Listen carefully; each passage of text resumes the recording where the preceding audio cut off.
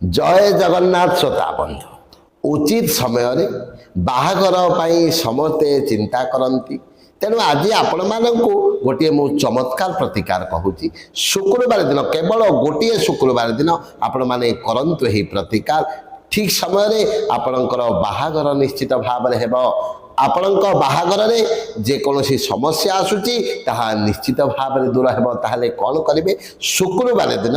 सकाळे ब्रह्म मुहूर्त खंडिए भोजपत्र नेबे एवं महुरे से कौन करेंगे से भोजपत्र उपरे ओम सुं शुक्लाय नमः यह मंत्रटी लिखिदे से भोजपत्र टी किसी सुखे देवे एवं सुखी सारा पर नहीं आपणकर ठाकुर घरे रखि दिंतु देखिए 21 दिन मध्य निश्चित भाव में आपणकर बाहाघर रास्ता खोली यह एक चमत्कार प्रतिकार तेणु जो मानकर बाहाघर किसी समस्या आसूची यही प्रतिकार टी निश्चित भाव में